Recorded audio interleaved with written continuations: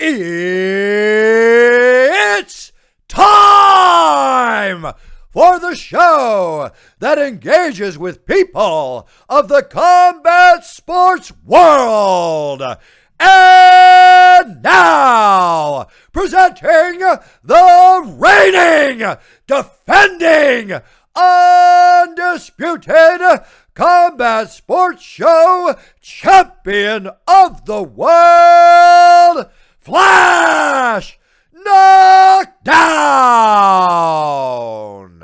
Okay, so let's now flash back and look at your MMA flashlights, beginning with your debut in 2016 and exactly 1 month after Michael Bisping beat the legend Anderson Silva at the O2 in London. Was Bisping someone you looked up to, especially given he grew up in Lancashire? Yeah, I've always been a fan of Bisping and his skill set, especially. I don't really watch a lot of MMA, if I'm honest, but I just love to train. But Bisping's one I looked up to because of his footwork, just the way he moves. For a big guy, he was up there, and I always thought he'd be world champ, to be honest with you. Especially the first from the UK, because obviously he's the first guy from the UK to be UFC champ. And I thought he'd be the first, 100%. Okay, your debut fight was versus Aaron Fifield from 12 Gauge MMA at Budo 13 in Bolton. How were you feeling in the lead up to your MMA debut? I felt great, to be honest with you, because I was at a different gym at the time, the Bulldog Academy. That's right, with Chris Brown. With Chris, yeah.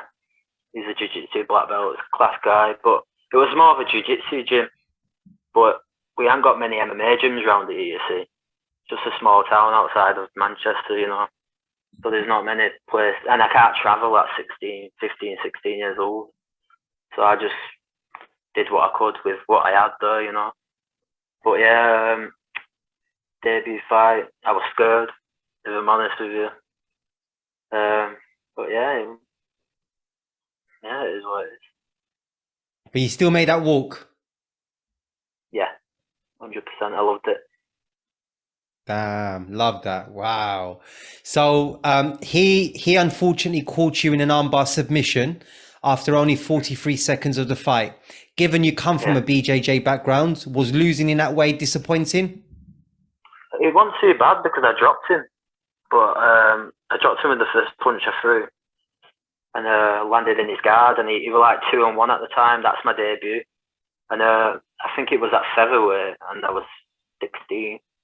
I used to walk around at 135 or something. I was really small, you know. So, but my coach just said, "You're both young. You're both kids at that time." He was like 16, 17 too, and it didn't really matter. I was there for experience, you know. So, yeah. Okay, and what makes it even more unbelievable is that he lost his debut fight by an armbar in 37 seconds to Chris Price, who I believe you know well. Yeah, one of my boys, that crazy Chris Price. That's right. That's unbelievable, isn't it? Yeah. Yeah. I didn't think of that, you know. Lucky I'm here, brother. Lucky I'm here. You got to be impressed with my research. No, I am. I really am. You know more than me. Especially at amateur level, you know what I mean? Like everyone goes for the pros. Yeah. It's easy to know all of this at UFC, Bellator, but at amateur level, you know what I mean? Yeah. It takes hours. Good work. Thank you, brother. I appreciate it. Yeah, it takes hours, but I love it. So it's it's all good. I really love this. You know, speaking to you, you know, like I said, you walking to the cage for the first time at 15, 16 years old, you're a special individual. You really are. You're in that 1%.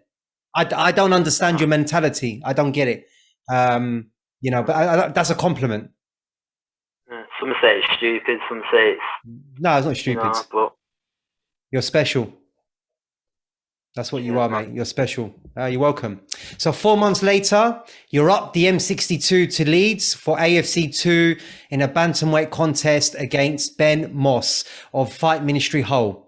You end the first round caught in another armbar given what happened in the last fight, were you thinking, oh no, here we go again? Yeah, I was.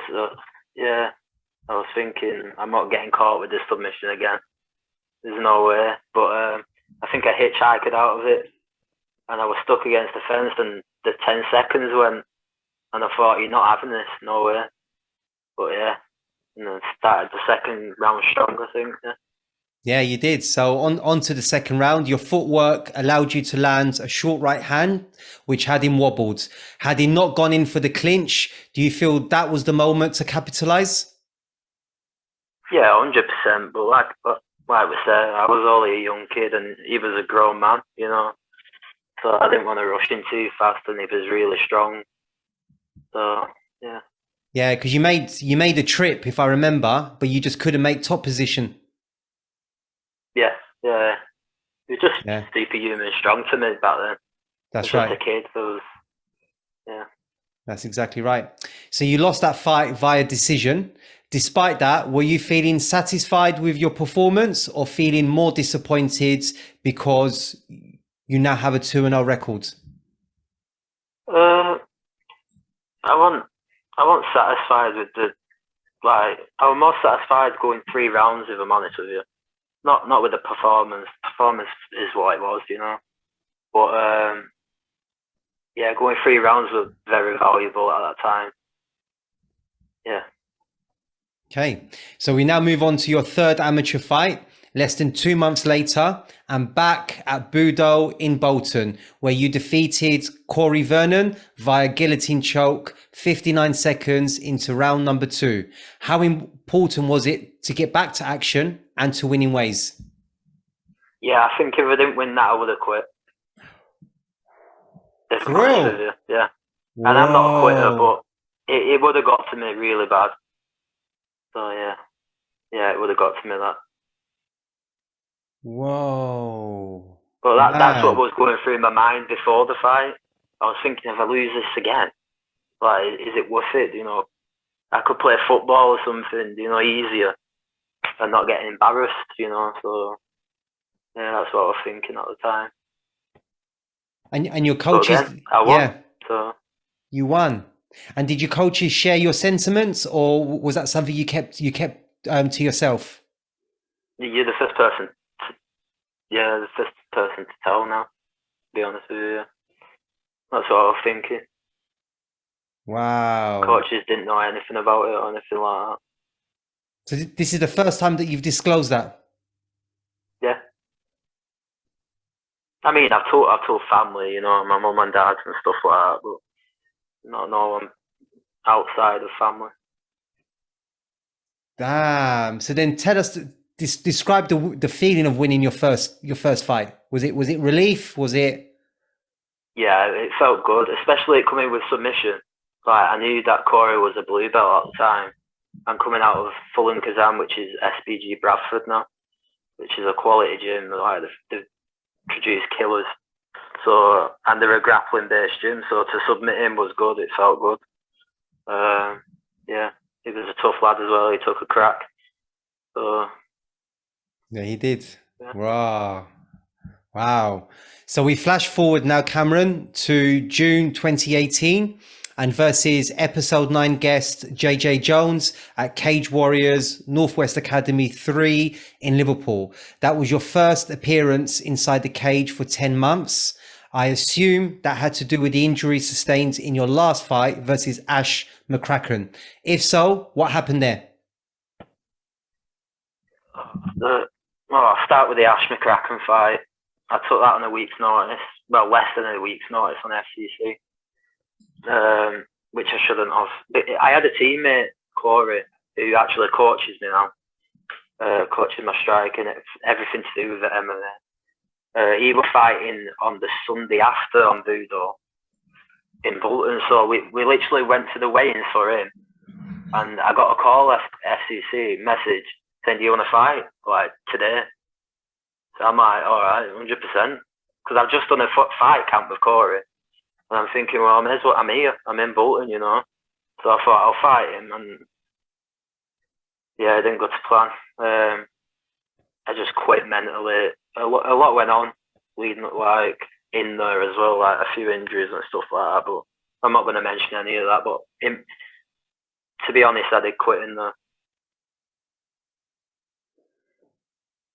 Wow. How does that sit with you now? I just want that one back. That's the fight that gets me. Everyone mentions it because like how good I am now in the gym and the performances I've put on recently. And then you look at that on YouTube and you think that's not even in, you know? And I just quit. And the level Ash was at then, skill-wise, you still saw the gap.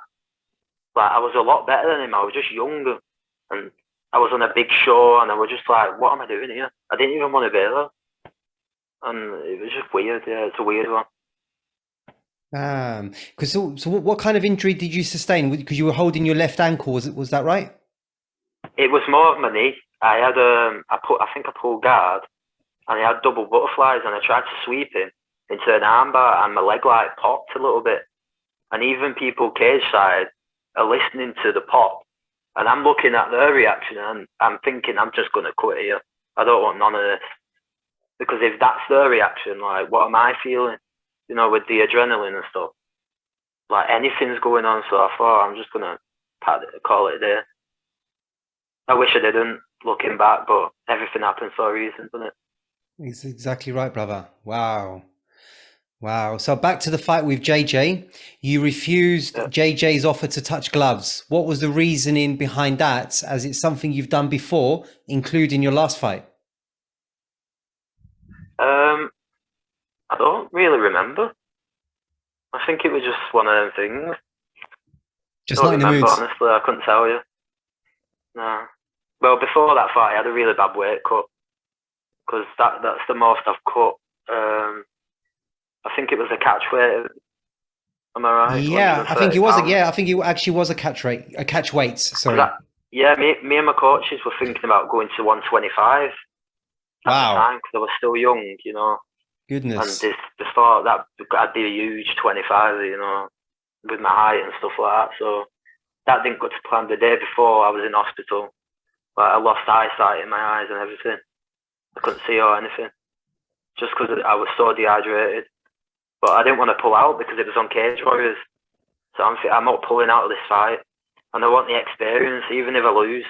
But I had a feeling I was going to lose. Like, it was certain. But I wanted to see 3 rounds. With me having a bad weight cut as well, I just knew I wouldn't, you know. There's doubt in my head, and JJ's a killer. He's a good little kid as well, so... Yeah. And what was the reason why you thought you would lose that? Was it because of the night before? Yeah, I just felt weak with the weight cut and stuff like that. Like, the people at the hospital at the time, and my mum and dad, they were like, "Don't fight, you're not going tomorrow." And I thought, well, I am. There's no stopping me, so... Different breeds. I did feel better the next day, but you're not 100%, are you? I mean, these weight cuts take a toll on you, so... Yeah. And was that your first fight representing Shaw BJJ? Yeah. That was your first one. And I was disappointed about that, yeah. Why? Because it was my first fight out of the club, and I wanted to put a show on, and I just couldn't. Wow. So then coming back to the fight with JJ and in his interview with me, and it all makes sense now, Looking back, he felt he had the fight won after the first clinch. Let's hear more about what he had to say about that. The closer distance, his balance wasn't the best, so I was like, as soon as I got the first clinch and feel of him, I was like, okay, I got this. So I just rolled from there. I just did what I did best and got the back, and then sunk the choke in. And the angle wasn't quite right. I'd hold my fingers in the glove, and then I knew I was just slow squeeze, push my head forward, and I'd get it eventually. I didn't want to burn my arms out, and I knew I had time, so that I'm just going to squeeze this slowly and then start upping it when I feel like I've got it. So anything to say to that, Cameron? He's right. I just felt like a little boy in there compared to him, even though we was both little boys at the time. He got like double unders, I think, and I felt so weak. And I was on bottom at one point, and I hit him with a sweep. And I thought, the momentum's gonna like switch here. But nah, he hit switch and took me back, and it was a nice transition from him, to be fair. But like I said, he's a killer, and he still is now. He's doing good things. So Yeah, he's doing big things, JJ. Yeah. yeah. You watching JJ? How you doing, my man? So let's. He's in Thailand now. I forgot how to say hello in Thai. Sawadi krap. Actually, I remembered. Sawadi krap, JJ. Sawadi krap. So let's flash forward now by 3 months and to your second MMA win at Budo 33 in Bolton. Your opponent that day was Paul Baines, who stepped up in weights as your original opponent, Jamie Jackson, pulled out due to injury. You've encountered a few cancellations in your career, Cameron. How do you manage it all? Don't bother me. Like I said, I'll fight anybody, especially in the UK amateur. I'm just in it for the experience. I don't care who I fight, honest to God. Especially now I'm mature and this is me, I'm settled now. And you've seen it in my performances compared to 3 years ago, 4 years ago. I just want myself and young. But I'm glad I went through them experiences. And that was my first win, I think, in a long time, that Paul Baines fight. Yeah. And so you almost sunk in the rear naked choke, both in the opening stages of the first rounds and the closing stages of the third rounds. How much would you say your technique has improved over the years? Oh, can't even compare myself to them, yeah. I'd kill Cameron back then, 100%. That's the way I see it. Like, could he compete with me now? Not a chance. There's no way on this planet. Like, you compete with yourself. People say, "Oh, I'm looking to fight this guy, that guy." I'm looking to fight myself. You know, like every year I'm improving, every month I'm improving, every week. That's the way it has to be. I'm not comparing myself to this guy, that guy. It's all about me. So that's the way I think. Yeah, I tell you what, Cameron, man, it took you a while to warm up, but damn, it took you a while to warm up. It's how you finish. It's like your career. Mm-hmm. I love it. This is fire. Keep this level. I love it. Keep it here.